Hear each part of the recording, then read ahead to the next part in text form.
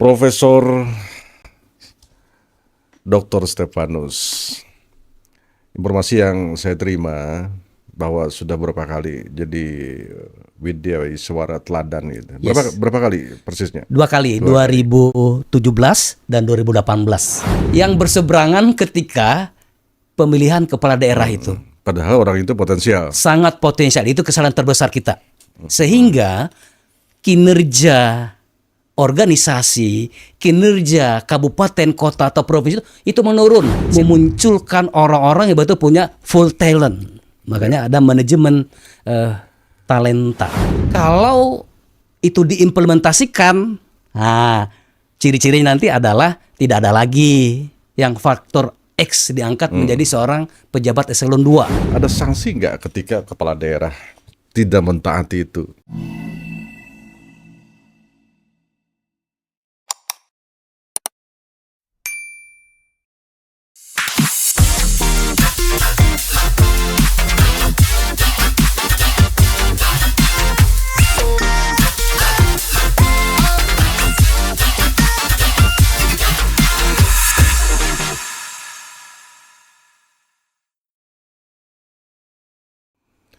Beberapa minggu yang lalu, Profesor Zudan Arif Fakrullah, Kepala BKN Republik Indonesia, datang ke Palangkaraya dalam rangka penandatanganan MOU dengan kepala daerah seluruh Provinsi Kalimantan Tengah, Kabupaten Kota, dan juga Provinsi, penandatanganan tentang manajemen talenta ASN.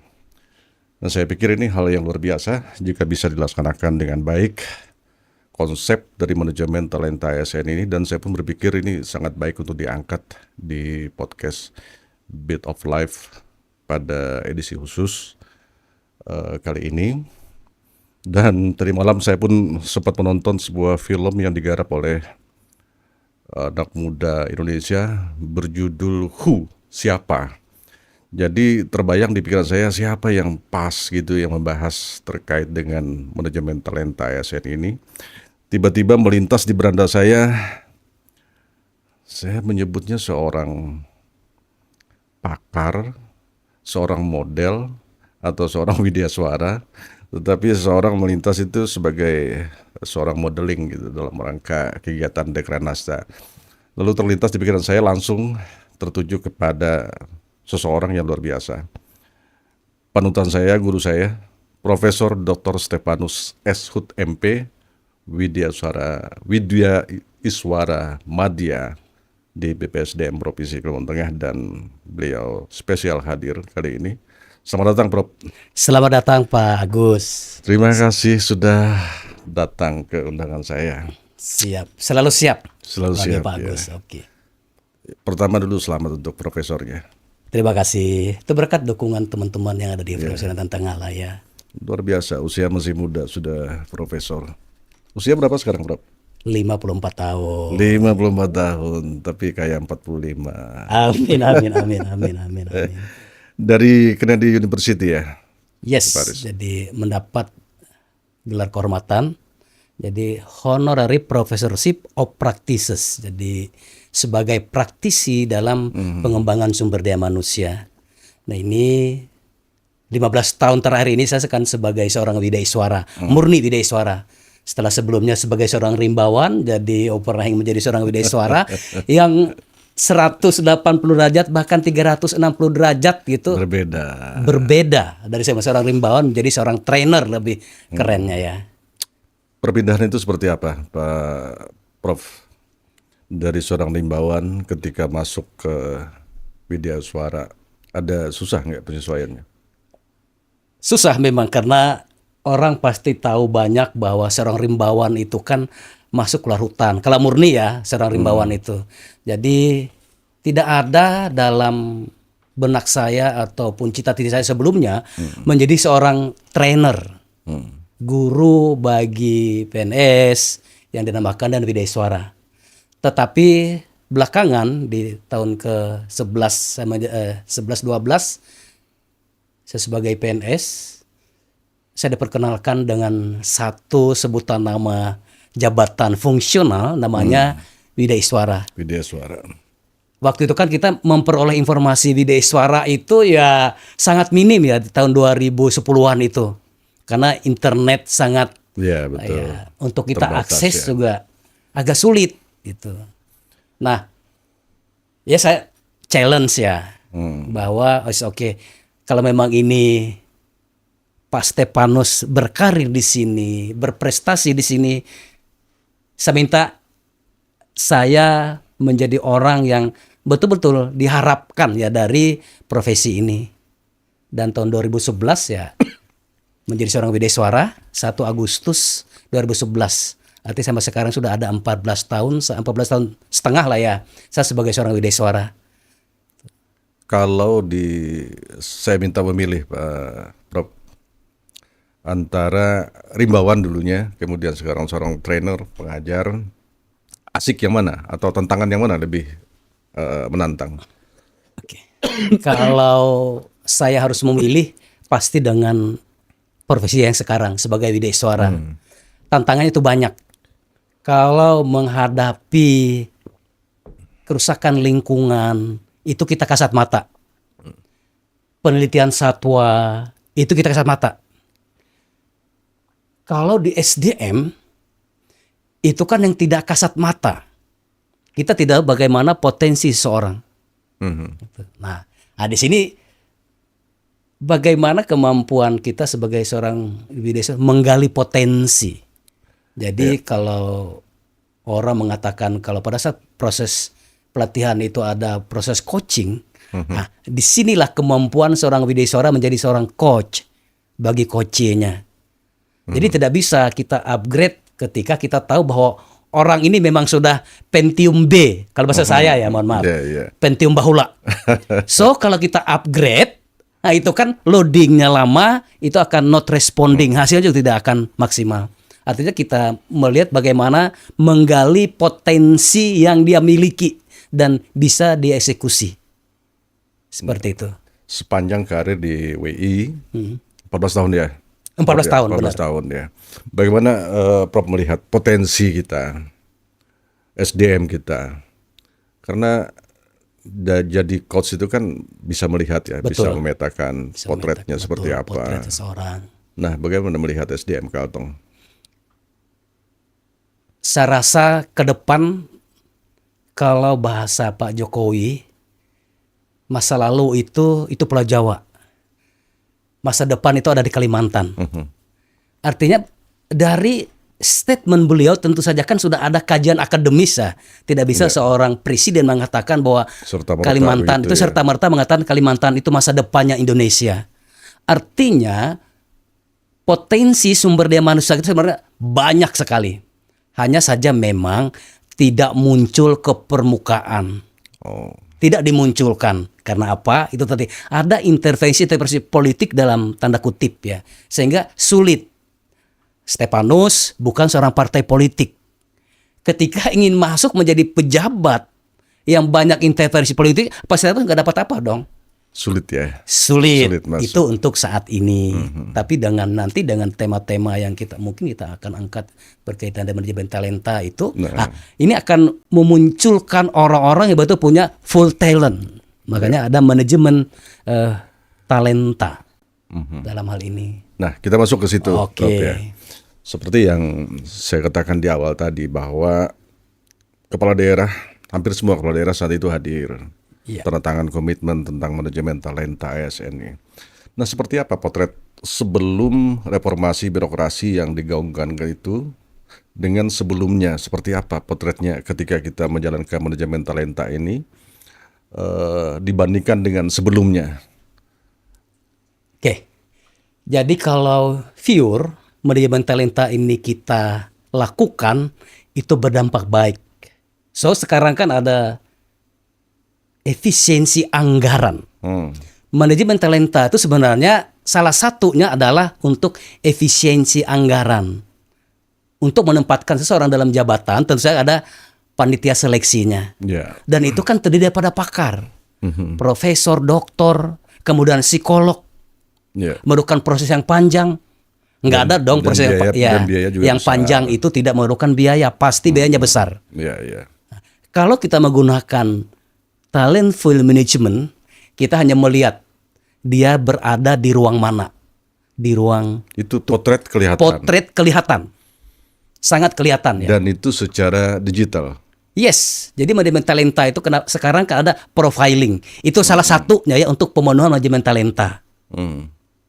Lalu yang berikutnya, kompetensi yang dibangun oleh masing-masing personal kita ASN ini.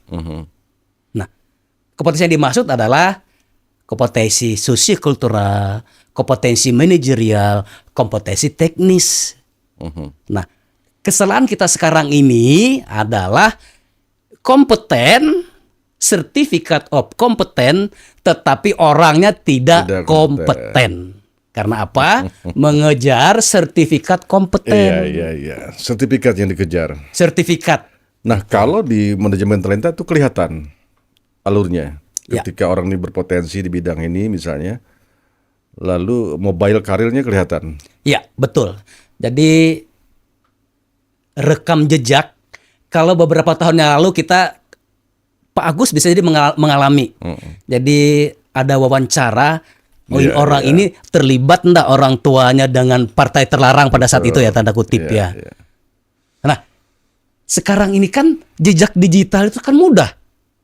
Makanya kenapa ketika kita melakukan asesmen, ayo mana link akun digitalmu, Facebook, Instagram, nggak apa-apa ya menyebut merek ya nggak apa-apa. Kemudian X, itu kan terlihat. Kemudian kalau kita punya web sendiri, web kita seperti apa? Nah, itu kan rekam jejak terlihat jelas dari jejak digital. Mudah sekarang ini.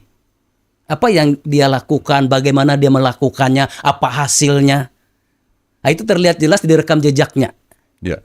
Yes. Nah, ini kalau misalnya sudah kelihatan seperti itu, ada sanksi nggak ketika kepala daerah tidak mentaati itu? Potret sudah kelihatan ya. Potret sudah kelihatan. Sudah kelihatan, benar. Tapi tidak mengindahkan itu. Padahal misalnya jabatan kepala BPSDM kosong, lalu ada di situ sudah profil yang sangat potensial. Sangat potensial itu. Ternyata ngambil dari lain. Ada sanksi nggak? Iya, itu yang belum muncul. Kita perhatikan saja pendanaan komitmen sudah. Kalau itu diimplementasikan, ciri-cirinya nanti adalah tidak ada lagi yang faktor X diangkat menjadi seorang pejabat eselon 2. Harus berdasarkan kompetensi yang dia bangun dan total nilai manajemen talenta yang dia miliki. Karena manajemen talenta tidak hanya pada batas kompetensi, rekam jejak, tetapi bagaimana eksekusinya dengan bukti-bukti. Nah, kalau Pak Agus melihat di depan kita ini ada beberapa file folder. Itu saya sudah mengklasifikasi. Jadi nanti saya akan, kalau ada orang yang ingin best practice gitu atau benchmarking ke kita, saya akan show. Lalu saya kasih contoh ya, Pak Stefanus itu bisa jadi yang paling tua sekarang ini yang pejabat pengadaan yang ada di Indonesia. Oke. Tetapi kan tidak hanya kepercayaan, tetapi kan ada kompetensi yang harus kita miliki. Satu, barang jasa level 1, itu harus pasti. Kemudian yang berikutnya, itu kan pengalaman-pengalaman kita. Pengalaman itu pernah terlibat. Jadi kalau saya rekap, Pak Agus, saya sebagai seorang pejabat pengadaan, mulai saya di Dinas Kehutanan Kabupaten Batu Selatan, sampai dengan hari ini, itu hampir 1,5 triliun. Nilai paket yang pernah saya tangani. Dan itu tentu saja kan ada dampak. Betul. Sisa lebih anggaran kita itu masih karena apa? Karena ada proses negosiasi harga seperti itu, pasti ada selisih. Nah itu kan kompetensi. Kalau hanya level 1 barang jasa tidak terlibat, itu karena kan apa yang saya katakan tadi itu, hanya memperoleh sertifikat of kompeten, tetapi tidak kompeten. Sertifikatnya saja, tetapi orangnya tidak kompeten. Kompeten itu full, pernah mengerjakan, tahu yang dia kerjakan, berproses lama. Terlibat dalam circle itu ya. Bukan hanya bangga dengan selembar, sertifikat, benar. tetapi tidak secara implementasi, secara praktiknya tidak pernah terlibat di situ. Nah, harapannya ke depan kan pemerintah daerah itu tidak hanya tanda tangan, 13 bupati, satu wali kota, gubernur, enggak. Terpenuhi itu maksudnya, dilaksanakan. Hanya saja memang kita punya kelemahan. Tidak ada sistem punishment kepada pemimpin daerah kalau tidak Tidak mentaati menggunakan itu. multi talent kita itu. Padahal sebetulnya mudah ya. Sangat Ketika profiling sudah kelihatan kan. Oke, lalu kita sekarang kan Pak ada edaran dari BKD provinsi mengatakan isi ya profil pendidikan, pelatihan, workshop, gitu. Lokakarya itu kan terlihat. Kalau prop ini diterapkan dengan benar ya di seluruh kabupaten kota dan provinsi, ini bisa ngerem atau mengurangi tsunami politik setelah pilkada enggak? Jadi misalnya kepala daerah ganti nih, dia tidak bisa semena-mena lagi. Waduh, sekda tendang, kepala dinas A, B tendang, karena ini tidak seperahu dengan kita gitu ya. Padahal ini kan cuman manajernya yang ganti ya. Iya, betul. Nah kalau misalnya ini diterapkan benar-benar, ini bisa mengurangi itu. Yes. Jadi gini, memindahkan, menonjobkan. Kalau kita kan terdahulunya ini kan bawaan ya. Ya. Bawaan. Lalu saat ini ada pemimpin baru. Bupati, wali kota, gubernur. Itu kan masih bawaan. Masih banyak pejabat-pejabat eselon 2 sebelumnya itu kan bawaan. Nggak bisa. Ya tapi kan dia kan memang karir kan. Iya, di PNS karir. ya. Nah, kadang-kadang kita kan ini dia melihat seseorang itu ketika pada saat pilkada. Lalu bersih-bersih yang dimaksud membersih orang yang berseberangan ketika pemilihan kepala daerah itu. Padahal orang itu potensial. Sangat potensial. Itu kesalahan terbesar kita. Sehingga kinerja organisasi, kinerja kabupaten, kota atau provinsi itu menurun. Silahkan jadi cek. Silahkan nonjobkan sebanyak orang yang tidak sehaluan dengan kita, ganti dan orang baru. Silahkan aja melihat dinamikanya. Saya sudah memperhatikan. Oh, zamannya si A, oh bagus pada saat. Nah, setelah yang ini kok enggak lagi. Apalagi kalau dia incumbent dan menang. Kebanyakan ya dalam tanda kutip itu kan kita tahu lah ya. Jadi untuk pembangunan itu tidak terlalu survive dia. Ya sudahlah, ke depan juga saya tidak akan terpilih gitu. Nah, itu kan juga presiden buruk bagi satu daerah. Gitu. Nah, kalau ini diterapkan, ada sanksi bagi kepala daerah dikeluarkan kalau BKN berani. Ada sanksi. Ada sanksi. Nah, itu sangat bagus. Tidak ada lagi kita orang tidak memakai orang yang tidak kompeten di bidangnya. Secara umum, Prof melihat di Kalteng gimana atmosfernya terkait masalah politik setelah pilkada? Ini kan baru ya, belum 1 tahunan? Ya. Belum 1 tahunan ya. Periode kepemimpinan semua kepala daerah baik bupati, wali kota maupun gubernur. Kita belum melihat langkahnya. Tapi harapan kita dengan adanya komitmen kemarin dengan BKN, dengan Forbidan itu, nah ini membangun mindset baru bagi kepala-kepala daerah. Apalagi sekarang ini transfer ke daerah berkurang. Karena kinerja kita juga rendah. Ya. Kita nggak usah kita protes lah karena pasti mengatakan rendah itu ada indikator-indikator yang tidak terpenuhi oleh daerah. Contoh transfer itu dititipkan di perbankan, berharap dari bunga banknya, itu kan menghambat sebenarnya, itu menghambat sistem keuangan daerah dan pembangunan daerahnya. Ada uangnya ternyata. Ya. Baik Prof. Manajemen talenta luar biasa baik konsep ya dari tataran konsep ya. Dari mana kita memulainya kalau ingin ini memulai? Yes. Kalau kemarin tanda tangan komitmen, maka kita harus jalankan komitmen. Tidak hanya sebatas nanti disaukan di ruang tunggu di masing-masing OPD atau masing-masing kabupaten kota. Ada banner. Ada bannernya, tanda tangan gitu. Kepala daerah ini, bupati ini, wali kota ini, gubernur ini. Tidak hanya sebatas itu. Tapi memang lebih implementatif.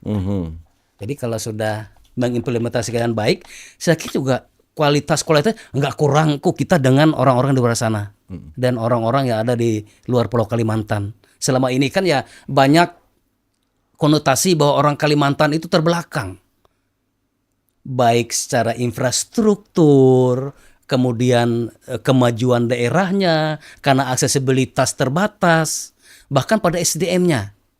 Stigmanya begitu. Stigma aja begitu. Tapi saya mau sampaikan hari ini ke pendengar, penonton masyarakat gitu ya. Bit of Life ini bahwa tempat itu hanya bagian dari geografis. Dan saya mau membuktikan kepada Kalimantan Tengah bahwa kita juga punya potensi yang besar. Saya yakin Pak Agus kalau hari ini saya tetap sebagai seorang rimbawan, nggak ada ya yang saya bisa show-kan hari ini. Iya, iya. Oke. Kompetensi apa yang saya bangun itu juga nggak ada. Saya terlalu asik dengan saya sebagai seorang rimbawan. Saya kalau masuk hutan tuh bahagia itu berlipat-lipat. Nah sekarang ini ya tidak ada yang bisa saya lakukan selain saya kembangkan kompetensi-kompetensi yang saya miliki sesuai dengan job description-nya saya. Saya sebagai seorang Widiswara ya sudah pengembangan pendidikan, teknologi pembelajaran gitu. Ya, kalau melihat dari agenda besar transformasi masalah ASN ini kan, kalau kita melihat Undang-Undang Nomor 20 Tahun 2023 tentang ASN yang sebelumnya Undang-Undang Nomor 5 Tahun 2014 ya. Betul. Ada 7 agenda besar ya. Seberapa besar masalah digitalisasi? Dampaknya atau pengaruhnya, kemudian kontribusinya terhadap manajemen ASN itu. Ya. Era sudah berbeda. Kalau zaman saya, zaman Pak Agus mungkin kita masih menggunakan mesin ketik, masih menggunakan kalkulator. Sekarang kita kan touch screen one start langsung jadi informasi yang kita mau dapatkan. Semuanya itu ada di satu perangkat. Kalau tidak bertransformasi, mindset digital kita tidak main, kemudian kita tidak masuk ke dalam itu, hari ini maaf, itu sama saja kertas kosong, putih bersih yang tidak ternoda. Ya. Oke. Jadi seorang ASN yang tidak mampu beradaptasi akan tergilas. Yes. Kalau Harus 20 adaptasi. tahun, 30 tahun yang lalu mereka masih bertahan. Hari ini, maaf, itu akan tergeserkan. Kalau saya dipercaya menjadi seorang pemimpin daerah, saya akan jalankan manajemen talenta ini. Karena apa? Saya gunakanlah guna anggaran itu untuk infrastruktur, pendidikan, kesehatan. Gitu. Apa memungkinkan manajemen talenta ini mentiadakan open bidding? Tujuan utama sebenarnya ke sana. Ke sana ya? Yes. Jadi nggak ada lagi, karena kalau open bidding itu kita harus proses pengumuman, rekrutmen, lalu dilakukanlah seleksi, lalu penetapan 3 besar. Ya. Nah, ini kalau sudah 3 besar ini sudah kita serahkan kepada pemimpin daerahnya. Bisa saja yang nomor 3 Bisa saja yang nomor 3, yang paling rendah. Pengalaman. Yes. Ini bagus.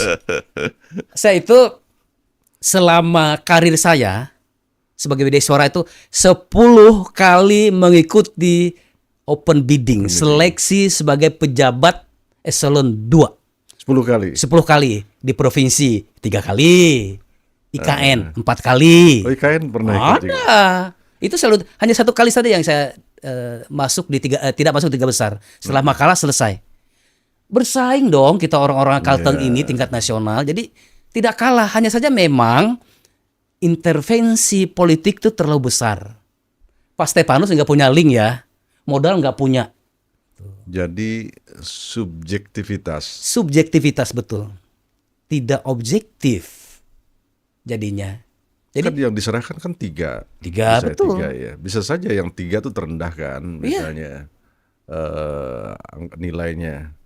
Nah kalau misalnya pimpinan daerah minta yang nomor 3 naik, jadilah itu kan. Karena memang di aturannya ketika sudah 3 besar diserahkan pemerintah, karena pemerintah daerah. daerah yang menyeleksi siapa. Ketentuannya memang seperti itu. Jadi karena dianggap layak semua. Layak ketiga-tiganya. semua. Gitu. Makanya tidak lagi disebutkan dalam pengumuman akhir itu nilai Ya. berdasarkan Alphabet. Tuh.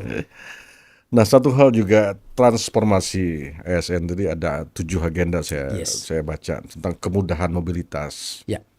Nah, seperti apa konsepnya itu kemudahan mobilitas itu? Apakah terkait karir tadi? Ada kaitannya. Mobilitas yang dimaksud dalam persiapan kita untuk masuk kepada sistem manajemen talenta itu, mobilitas itu adalah ketersediaan sarana prasarana dan orangnya, SDM-nya. Jadi kalau dua-duanya terpenuhi, maka high mobility itu pasti. Nah, kalau misalnya profiling ini sudah ada tadi ya, Yes. Prof ya. Misalnya di dinas A ada beberapa kelihatan. Misalnya dinas B mau ngambil bisa ini. Kita Oh, kan, ini cocok yes, ini misalnya. ada perumpunan. Contoh di dinas A itu ada orang yang memang menguasai bidang keuangan. Kita ngisi badan keuangan daerah ya. Ya. Ini bisa karena bisa jadi kompetensi dia selama ini memang di situ. Jadi bisa bertukar seperti itu ya. Ya, Jadi misalnya ada potensi di sana, Ya. saya melihat ini potensi ini bagus potensi nih. ya, betul. Nah, itu yang sebetulnya benar sebetulnya ya. Ya, Tidak saling comot-comot saja gitu tidak ya. asal comot karena faktor kedekatan dengan kita, janji-janji politik kita. Betul. Itu bebas dari intervensi itu sudah. Nah, kemudian tentang reformasi pengelolaan kinerja dan kesejahteraan, seperti apa konsepnya di dalam manajemen ASN itu? Oke. Sebenarnya pemerintah tidak melihat kita sebagai aset ya kalau di sistem tata kelola anggaran kita saat ini. Contoh sederhana saja ya. Kalau kita untuk mengikuti pengembangan kompetensi di luar instansi kita, itu kan memerlukan biaya. Yang sering terjadi apa? Nggak ada biayanya. Karena kita memang bukan ditempatkan pada aset, Ya. tetapi lebih kepada biaya. Kalau nggak ada biaya, enggak dong. Tapi ada cara sekarang ini ya. Masing-masing kementerian kan membangun yang namanya corporate university. Betul. Nah, belajar mandiri. Saya kasih bocoran ke Pak Agus. Apa tuh? Lembaga Administrasi Negara menyiapkan satu tempat belajar yang free. Free. Menghindari yang tadi itu loh. Oh. Besarnya kalau ke Jakarta, pesawat kita berapa, akomodasi kita berapa, lumsum kita berapa. Dan itu yang terakhir yang saya akses itu ada 117 pelatihan. Ada di dalam ASN berpijarnya Lembaga Administrasi Negara. Saya juga mempromokan ya bagi ASN-ASN yang ada di Kalimantan Tengah, Indonesia. Dan itu free ya? Free. Yang penting kita bisa ada akses internet. Kalau nggak ada juga nggak bisa karena karena ada berbasis web. Nah, sampai hari ini Pak Stefanus sudah mengikuti 97 dari 117 itu. Saya belajar apa di sana Pak Agus? Saya kan bukan orang marketing. Saya belajar digital marketing, konsultan marketing, gitu. Riset marketing. Ya. Karena pengembangan ya. Ya, pengembangan diri itu. Dan saya sudah mulai tahu bahwa yang ini bahasa marketing, ya ini non bahasa marketing. Kalau bahasa marketing orang kan tertarik. Iya. Jadi banyak cara gitu. Dan sangat cocok lah. Jadi Widya Iswara kan harus serba tahu. Yes, serba tahu. Serba tahu. Paling tidak yang lain kulit-kulitnya di samping yang memang induk ilmunya. Betul. Gitu ya. Nah, satu hal Prof yang paling berat saya pikir adalah salah satu dari reformasi dan transformasi masalah ASN ini adalah penguatan budaya kerja. Ini kan menyangkut mental model. Mental model, betul. Nah, seperti apa konsep yang dikembangkan di BPSDM ya khususnya terkait dengan penguatan budaya ini untuk menularkannya terhadap peserta-peserta pelatihan. Karena ini tidak mudah. Saya pikir bahasanya sederhana. Bahasa sederhana betul. Tapi implementasi tidak semudah yang kita tidak semudah itu tentang penguatan budaya kerja dan citra institusi ini. Nah, apa yang dikembangkan selama ini, Prof? Oke.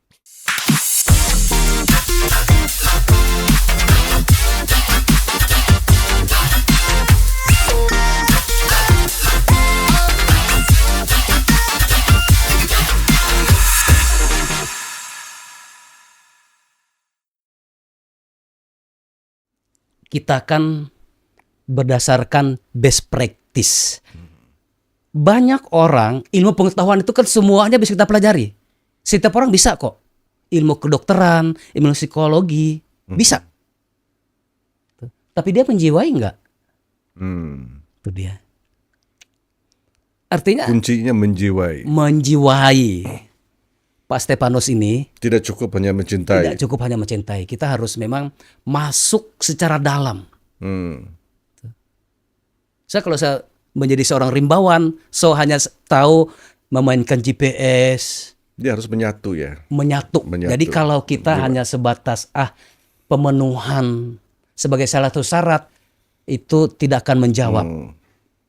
Oke. Jadi bangun kompetensi. Jadi kalau budaya kerja itu lebih kepada kita tuh sebagai role bagi mereka menganggap kita sebagai role model. Padahal kita kan tidak berharap kita sebagai role model karena kita sudah melaksanakan. Saya kasih contoh di BPSDM itu nanti boleh konfirmasi dengan Ibu Sri Widanarni. Tahun 2019 saya itu kan mohon restu dari beliau, saya mengikuti pelatihan keselamatan kesehatan kerja. Ya, K3. K3. K3 K3. umum ya. Nah, apa bilang beliau? Pak Stefanus, saya izinkan. Tetapi apa ya relevansinya dengan Pak Stefanus dan kita sebagai badan pengembangan sumber daya manusia? Stefanus itu kan seorang yang penasaran ya, dan semua ilmu itu kalau sudah mulai melirik, saya akan tuntaskan. Apa bilang beliau? Kalau pendanaan Pak Stefanus, tahu saja kan? Kan itu September tahun 2019. Oh, saya katakan, Bu, saya sudah siap. Karena saya tahu kita itu kalau nggak ada biaya, juga sulit. Kepala badan juga dari mana? Gitu nutupin itu nggak ada. Saya katakan, saya hanya meminta surat tugas saja, Bu. Nah, untunglah beliau kan responsif orangnya, jadi ya sudah Pak Stefanus nanti surat tugas, karena di sana 2 minggu ya di Banjarmasin, lalu kami kasih langsung 3 hari. Saya katakan nggak apa-apa, Bu, itu nanti untuk nambah untuk kontribusi. Nah, apa hasilnya? Yang sebelumnya beliau itu sangat kayaknya meragukan bahwa ini bisa diterapkan di BPSDM. Tahun 2022 COVID baru beliau rasakan bahwa K3 ini memang diperlukan manfaatnya. Dan saya konsisten. Saya sebagai seorang ahli K3 tersertifikat dari Kementerian Tenaga Kerja, saya mau bertanggung jawabkan. Jadi saya kata Ibu Sri, kalau saya sudah melangkah, Ibu hanya bagaimana upaya Ibu mendukung saya saja. Oke Pak Stefanus, hari ini saya akan dukung. Kami mendapat penghargaan dari Menteri Kesehatan waktu itu, yang pertama untuk instansi pemerintah di Kalimantan Tengah menerapkan K3. Saat COVID itu ya? Saat COVID 2012. Ibu Sri Widanarni langsung menerima penghargaan dari Menteri Kesehatan waktu itu. Lalu berikutnya, kami kan nggak pernah bahwa ini untuk dinilai, untuk mendapat penghargaan. Terakhir itu tahun 2024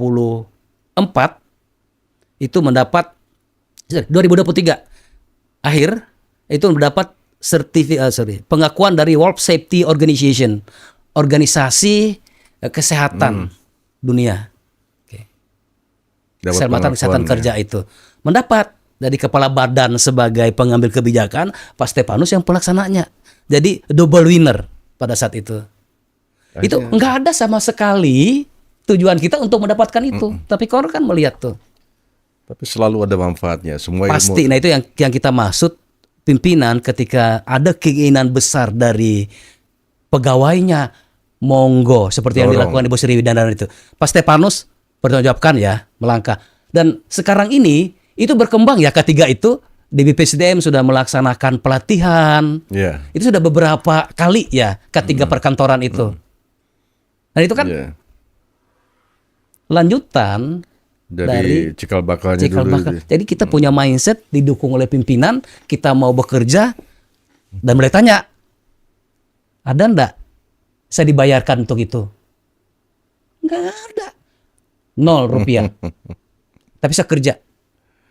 tugas saya sebagai seorang widya suara itu tidak hanya sebagai pelatih, mendidik, mengajar dan melatih, tetapi bagaimana saya perlu dong pengembangan kompetensi, saya perlu dong menambah wawasan, gitu. Jadi walaupun awalnya tidak ada relevansinya dengan tugas pokok kita, tapi suatu saat pasti bermanfaat. Ya.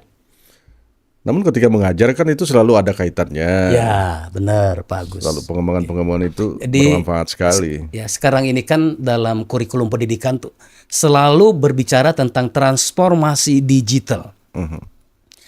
Saya 2019, nanti silakan direkam jejak di Stepanus Dayak. Nanti hashtag ke BPSDM. 2018 itu kami ada launching berkaitan pemanfaatan learning management system di BPSDM. Kepala BPSDM Kemdagri waktu itu, lalu Kepala LAN, Sekretaris Daerah pada saat itu Pak Farisal Fitri, dan Ibu Kepala Badan launching Pak Stepanus karena menginisiasi ide. Saya katakan bisa enggak dibuat satu program karena ke depan kan menuntut kita sudah serba digital. Ya. 2018 sampai 2019 itu Pak Stepanus one man show. Hanya bermain satu saja. Ya, teman-teman kan karena merasa klasikal itu masih relevan dong. Apa yang terjadi ketika COVID 2020? Betul. Pak Stepanus panen. Apa yang saya pelajari itu? LMS itu saya kulitin. Sumatera Utara, Sumatera Selatan tuh belajar di Stepanus itu. Yang pulau-pulau yang saya sebutkan tadi itu kan pulau-pulau besar. Padahal sebelumnya tidak terbayang ada COVID kan? Nggak ada. Tapi ketika itu sudah dipelajari semua, jadi siap. Siap. Saya katakan, yes, kalau ada waktu, free untuk kalian. Nggak usah baik surat segala macam, kita belajar bersama-sama. Saya sudah duluan belajar Zoom meeting itu, maaf. Sudah sebelumnya saya belajar, ternyata seperti ini. Saya belajar dari YouTube gitu kan, bagaimana menjadi seorang partisipan dalam Zoom meeting, bagaimana menjadi seorang host, apa saja yang harus kita lakukan. Itu kalau kita mengajar transformasi digital, nonsen kalau kita tidak sebagai best practice-nya. Nah, itu. Harus mengalami itu. Ya, kita harus mengalami. Setiap kompetensi yang kita miliki, kita harus alami, kita implementasikan, dan itu berkelanjutan. Ya. Baik, Prof. Kalau melihat 7 agenda tadi, kita mau tarik lurus ke atas. Seberapa serius Prof melihat pemerintah karena masuk dalam Astacita itu di di Astacita ke-7. Yes. Memperkuat reformasi politik, hukum dan birokrasi. Nah, ini kan apa-apa yang dilakukan memang turunan dari Astacita. Betul. Seberapa serius Prof memandang, menilai ini pemerintah ingin melakukan reformasi birokrasi? Masif ya sekarang ini, karena presiden kita saat ini kan orang yang sangat berwawasan luas. Oke. Kemudian jejaring internasional itu sangat luas. Berapa kali beliau mencalonkan jadi presiden? Oke. Peluang selalu ada. Tetapi ya mau dibilang apa? Siapa yang kuat itu yang menang. Betul. Dalam segala hal ya. Nah, kalau saya lihat sekarang ini angin segar ya bagi kita. Jadi kami pun sebagai seorang widya suara akan sampaikan ke pimpinan atau kami bisa bertemu langsung dengan pimpinannya. Ayo, apalagi sekarang ini kan anggaran sudah terbatas. Berapa sih kalau kita melakukan asesmen? Tanya, 300-400 juta itu bisa selesai loh. Pasti. Untuk lelang jabatan eselon 2. Dan saya lihat juga langkah-langkah kepala BKN Prof Zudan ini luar biasa ya. Masif. Sangat. Selalu ada inovasi baru. Selalu ada. Bahkan juga angin segar ketika masalah kenaikan pangkat periodisasi itu luar biasa. Itu kan setiap bulan sekarang ini. Setiap bulan. Boleh kita usulkan. Kalau dulu kan pasti kalau nggak kena periodenya bisa lambat 6 bulan. April dan Oktober. Nah sekarang kan setiap bulan. Profesor Dr. Stepanus, informasi yang saya terima bahwa sudah berapa kali jadi widya suara teladan gitu. Berapa kali persisnya? 2 kali, 2017 dan 2018. Jadi saya mengatakan bahwa orang-orang daerah itu nggak usah deh ikut pemilihan desa berprestasi, toh nanti yang menang mereka kementerian Berapa sudah banyak mapan. pesaing saat itu? Di Desa Indonesia kan 3.000-an. 3.000-an. Ya, saya nggak tahu berapa orang yang maksudnya menominasikan dirinya, karena kan diseleksi tingkat daerah. Saya 2 kali itu. Itu ada peringkatnya, teladan 1, Ada. 2. Yang pertama saya peringkat 9. Peringkat 9. Peringkat 9. Ya naik dong berikutnya peringkat 6. Peringkat 6. Saya memang Dari 3.000-an itu. 3.000-an itu. Tuh. Yang punya nyali, Pak Stepanus punya nyali. Jadi kalau Kalimantan enggak, oh ternyata Pak Stepanus bisa. Ya. Luar biasa itu. Dan dari situ berkembang, kita kan punya banyak jejaring. Nah dari jejaring itu Pak Stepanus, saya mau sampaikan ke Pak Agus dan penonton Bird of Life. Jangan mengatakan tidak bisa kalau kita belum melakukannya. Ya. Oke, itu satu kunci. Nah, Pak Stepanus selalu katakan itu. Mau menang atau kalah itu sebenarnya karena kan namanya kompetisi. Enggak usah kita berkecil hati kalau pertama kita harus introspeksi pada bagian mananya ya kita. Ya. Dan itu selalu saya coba. Oke, sudah 2 kali tingkat nasional di desa berprestasi, saya stop. Jejaring kan banyak nih karena Itu tiap tahun ya diadakan? ya tiap tahun pemilihan desa berprestasi itu. Dan sampai saya ini Kalteng masih belum ada. Nggak ada yang Hanya ikut 2017 dan 2018 itu saja. Harusnya mereka punya nyali dong. Teknologi sudah berkembang dong. Nah itu harusnya lebih. Gitu. Nah dari situ kan itu kan terbangun jejaring ya. Iya. Karena saya itu S3-nya itu manajemen sumber daya manusia murni ya. Human Resource Management dari Universitas di Jakarta. Saya belajar banyak tentang pengembangan SDM dan jejaring SDM di Asia Tenggara. Saya terbuka akses. Kalau sebelumnya enggak, teman-teman sekelas saya mengatakan, Stepanus orangutan dari Kalimantan Tengah. Jadi jejaring kunci juga. Yes, kalau kita nggak punya jejaring, saya nonsen. Jadi kayak apa? Katak dalam tempurung aja ya. Ya, kita jago kandang. Tahu kan jago kandang itu? Seperti ya ayam sayur lah ya. Begitu kita keluar, nggak punya daya kita. Tapi saya membuktikan ke penonton Bird of Life. Saya mengatakan bahwa kita orang Kalimantan terbelakang. Saya tahun 2024 di bulan November saya mendapatkan double winner. Ah ini? Yang mana? Ini. Ini 2 ini itu ada tropinya. Jadi sebagai innovation in education karena saya mengembangkan itu tadi yang mindset digital lalu diimplementasikan. Yang kedua itu trainers of the years. Ini tingkat Asia ya? Yes. Itu dari Dewan Pendidikan Asia. Wush. Jadi beberapa negara yang hadir di sana. Ini tahun 2024. 2024. Nah, kedua-duanya. 2024 juga di bulan November itu saya juga mendapatkan di Asia Tenggara. Oke. Karena satu untuk penerapan K3 itu. Ya. Apa yang eviden yang saya sampaikan. Saya membuat kronologisnya dari ahli K3, lalu komitmen pimpinan, saya membuat satu tulisan berkaitan keselamatan dan kesehatan kerja. Apa rekom saya di situ? Harus kerja lintas sektor, nggak bisa dong hanya BPSDM. Kami bekerja sama dengan polisi, pemadam kebakaran, kemudian dinas perhubungan, dan BPSDM. Kami di mananya? Kami kurikulumnya, pengajarannya, dan sampai hari ini itu tetap jalan. Tahun depan akan ada kelas untuk itu keselamatan kesehatan kerja itu. Saya mendapatkan untuk tingkat Asia Tenggara. Wow, orang Kalteng Dan sampai ke sana sudah. Nih di awal tahun catatan bagi kita Kalteng bahwa Kalimantan Tengah itu kan 1,5 kali luas Pulau Jawa ya. Iya. Masa iya kita kalah dan orang-orang di luar pulau kita? Nanti di tanggal 24 Januari saya mendapat penghargaan dari Dewan Pendidikan Dunia. Oh, berpusat di mana itu? Berpusat di London, Inggris. London. Nah, untuk tingkat Asia dan beberapa negara terdekat itu dilaksanakan di Kuala Lumpur, tanggal 24 Januari 2026. Oke. Jadi mendapat sebagai Inspirational Educator Award.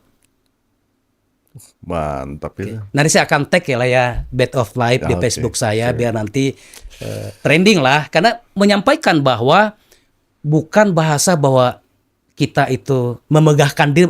No, Pak Stefanus itu bukan orang seperti itu. Saya mau sampaikan bahwa kita orang Kalteng Kita juga mampu. sangat potensial mampu, tinggal kita mau atau enggak. Ya, keinginan kita. Oke. Kalau ini apa ini? Wuks. Yes. Jadi itu Pak Agus, kebijakan pimpinan kita harus ada mewakili dinasnya untuk masak serba ikan. Itu hari pangan sedunia kalau nggak salah. Juara 1 lomba memasak bapak-bapak SKPD. Yes, SKPD. Tahun Jadi ya 2017. saya manfaatkan dong. Heeh. Saya belajar di YouTube ya cara masaknya. Menang. Saya hanya jual kejujuran saja.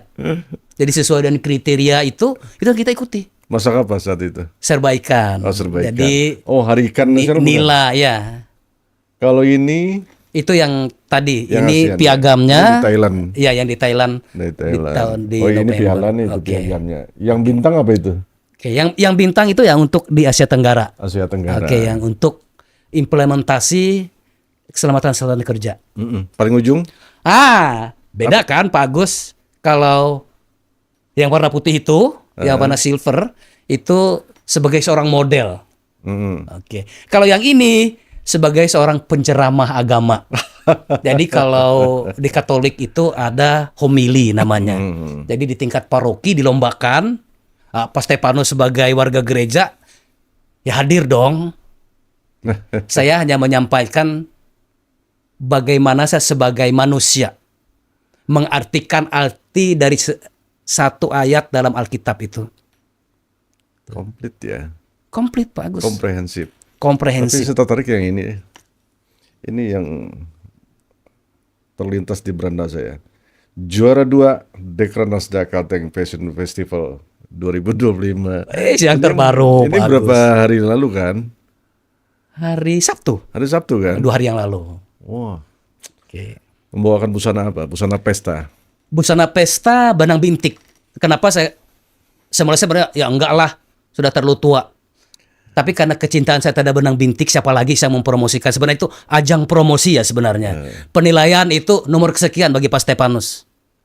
Tapi bagaimana upaya kita supaya benang bintik itu kan berbicara juga di tingkat nasional bahkan internasional. Harapan kita melewati ajang ini kan, wah, ini yang terwah ya. Iya. Selama ini di Provinsi Kalimantan Tengah ini, Betul. partisipasi dong kita. Jadi bagian dari sejarah perkembangan wastra Kalimantan Jadi Tengah. saya wawancaranya pada bingung. Ini wawancara penceramah, wawancara widya suara, wawancara modeling, model, Oke. serba komplit ya. Ada nggak yang Pak Agus lihat dari Pak Stefanus yang lain? belum ada. Nah, bagi anak-anak sekarang Oke. yang ragu-ragu, apa saran Prof? Ketika mau melangkah ragu, apa yang harus kita tanamkan? Itu mindset yang misalnya mental block ya. Kita tidak mau keluar dari zona nyamannya kita. Oke. Pak Stefanus kalau zona nyaman ya sudah rimbawan. Nikmati aja Nikmati itu. saja sekeluar masuk hutan gitu. Bagian dari pengamanan hutan. Menjaga flora dan fauna. Selesai lah, sepuas sekali. Tetapi saya mau keluar dari zona nyaman. Dan ini sangat ya Pak Agus. Perhatikan saja ya, orang-orang yang rimbawan, ada nggak seperti Pak Stefanus kemampuan public speakingnya? Nggak ada. Pak Stefanus juga itu yang terjadi 15 tahun yang Iya, lalu. Penuh pertimbangan nggak saat itu ketika bergeser dari rimbawan ke Widya Suara. Deswara? No, saya kalau melangkah saya tidak pernah ragu-ragu. Jadi anak muda sekarang itu banyak ragu-ragu. Ya, itu. Bisa nggak mampu, SDM kita kurang. Nah itu yang menghambat sebenarnya. Mindset yang ada di anak sekarang ini, yang masih menjadi favorit pekerjaan itu adalah menjadi pegawai negeri sipil. Menantu idaman itu adalah pegawai negeri sipil. Sementara konglomerat nggak ada pegawai negeri sipil. Yang ada adalah entrepreneurship. Melihat Kalteng begitu luas, begitu kaya potensi, seharusnya mindset itu berubah ya. Ya dong. menjadi agen perubahan. Yes, change agent. Mhm. Oke. Jadi kita sendirilah sebagai change agent bagi diri kita. Kita pasti semua orang membaca ya bukunya Renal Kasali. Mhm. Bagaimana menjadi seorang agen perubahan. Intinya ada agile. Jadi kalau bahasa anak-anak zaman itu satset dia. Set. Ya, jadi nggak ada kita kok kemloyo gitu loh. Tidak punya semangat. Hari gini Ya. yang dikatakan Pak Gus tadi terlindas oleh teknologi. Makanya sekarang, si A itu pelihara tuyul ya. Tiba-tiba naik BMW, berduit. Maaf, orang kerja secara digital. Ya. Anak saya itu membuat logo. Berapa dia patok? Waktu dia jual ke bapaknya, saya bayar dia 1.500.000 ya. Buat logo aja. Buat logo saja. Jadi kalau lihat BPSDM cerdas, itu produk anak saya itu. Oh. Oke. Anak, Karena dia memang anak berapa sekarang? 3. 3. Yang pertama Sudah berkeluarga satu keluarga. dan sudah ya karena mindset mereka tidak sanggup menjadi seorang challengers, mereka lebih memilih menjadi PNS. PNS. Jadi ya, yang pertama. Yang pertama dan istri. Yang kedua itu orang yang menurut saya punya jiwa seni Mhm. karena membuat kue-kue. Oh. Jadi tahu kan hari raya Idul Fitri, Natal atau hari raya lainnya itu panen. Ya. Yang ketiga itu menjadi seorang yang bekerja di bidang IT. Mhm. Tapi sekarang kebetulan nggak ada ya pekerjaan pilih-pilih. Sekarang udah kerja di tambang sebagai admin. Nah, itu. Oh. Mantap lah. Jadi memang kami memberi kelulusan untuk anak-anak itu untuk memilih. Jadi tinggal kita mengarahkan aja, Mengarahkan mendorong saja. ya. Jangan pernah memaksa. Jangan pernah memaksa. Jadi satu teknik mesin, satu ahli media tata boga, satu teknik informatika. Guru, ibunya guru, bapaknya rimbawan, bergeser sedikit menjadi seorang widya suara. Jadi kami kalau ngobrol di rumah itu nggak nyambung. Tetapi itu saya memberi kelulusan bagi mereka. Jangan salah pilih. Gitu.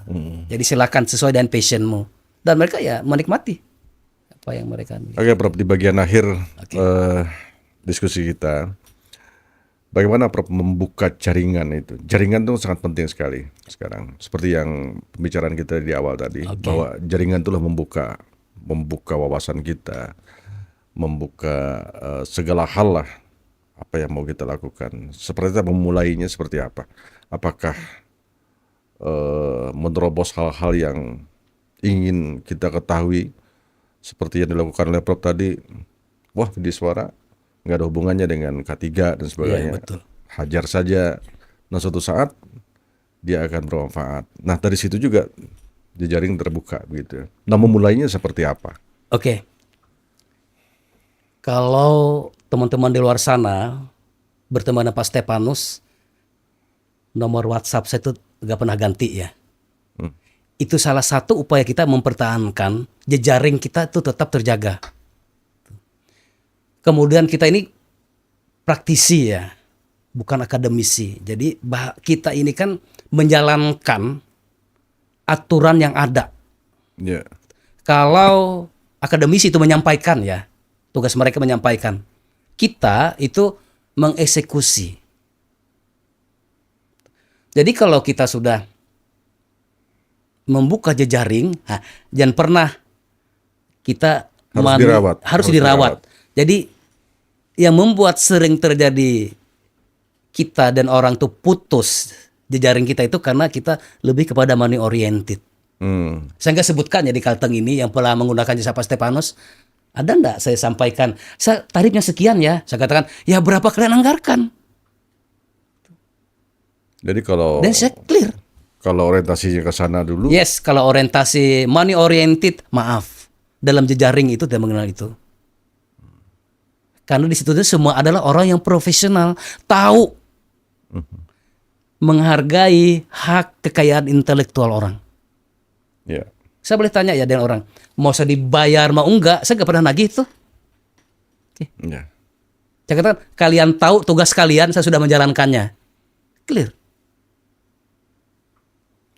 Oke. Terakhir, Prof, apa yang bisa menghancurkan seseorang? Ini yang saya alami, Pak Agus. Orang yang egonya tidak bisa dia lawan.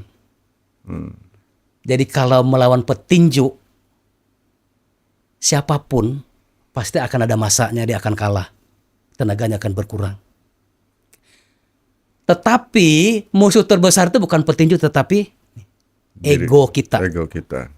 Nah, Pak Stefanus itu termasuk orang yang sangat mudah menolkan. Jadi kalau bahasa orang SPBO, saya mulai dari nol ya. Jadi saya sangat mudah move on. Karena itu akan merusak sistem saraf kita sebenarnya. Segera mereset. Reset. Di reset itu dan selesai. Dan tidak perlu ditengok-tengok lagi lah. hal-hal yang Karena gitu. itu akan menjadi penyakit bagi kita. Iya. Bahkan bisa kalau mengalami gangguan kejiwaan, bahkan bisa sampai sakit jiwa. Ya, karena itu menjadi bayang-bayang di pikiran Iya. kita. Kalau saya sudah sangat clear. Sangat beres dengan diri sendiri. Harus kita bereskan dari kita diri sendiri dulu. Kalau belum, kita melangkah juga akan sulit. Kita akan ada bayang-bayang di belakang kita itu. Dan itu berat kita lepas bayang-bayang itu. Betul. Itu Pak Agus. Baik, Prof, terakhir barangkali untuk anak muda. Prof kan walaupun sudah usia 54 tahun. 54, ya masih Gen Z lah. Masih tampilan Gen Z sih. Tolong disampaikan lah untuk anak muda di Kalimantan Tengah agar tetap optimis, jangan ragu melangkah. Satu kalimat penting dari seorang profesor Widya Suara yang luar biasa. Saya minta satu kalimat saja untuk anak muda Kalimantan Tengah. Jadikan orang yang disiplin dan berkomitmen. Jadi hanya 3 kata. Disiplin dan berkomitmen. Komitmen. Jadi Jadi itu disiplin dulu, kunci. Disiplin dulu, baru dia kita punya komitmen. komitmen. Artinya itu harus dia rawat terus nih. Iya. Dia rawat terus. Oke. Luar biasa perbincangan saya dengan Profesor Dr. Stefanus S. Hut MP.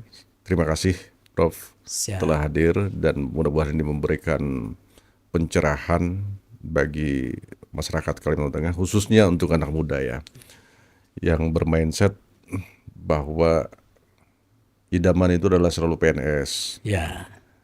Barangkali ini membuka wawasan kita, saatnya lah kita bisa berubah, bisa menjadi agen perubahan bagi diri sendiri, bagi orang lain. Bagian bagi orang lain. Ya, terima kasih Prof. Baik, terima Datang kasih. kembali nanti suatu saat Siap. setelah Januari ya, Januari 24 Januari 24 Januari. di Kuala Lumpur. Kita tunggu. Siap.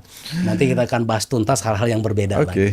Oke. Ya, terima kasih Prof Terima atas kasih. segala hal-hal yang disampaikan di forum ini. Semoga bermanfaat dan demikian perbincangan saya dengan Profesor Dr. Stefanus S. Hut MP yang merupakan Widya Suara Madya di BPSDM Provinsi Kalimantan Tengah. Tentu kita sangat mengenal beliau. Bahkan saya pun coach saya adalah beliau Pak Agus coach saya.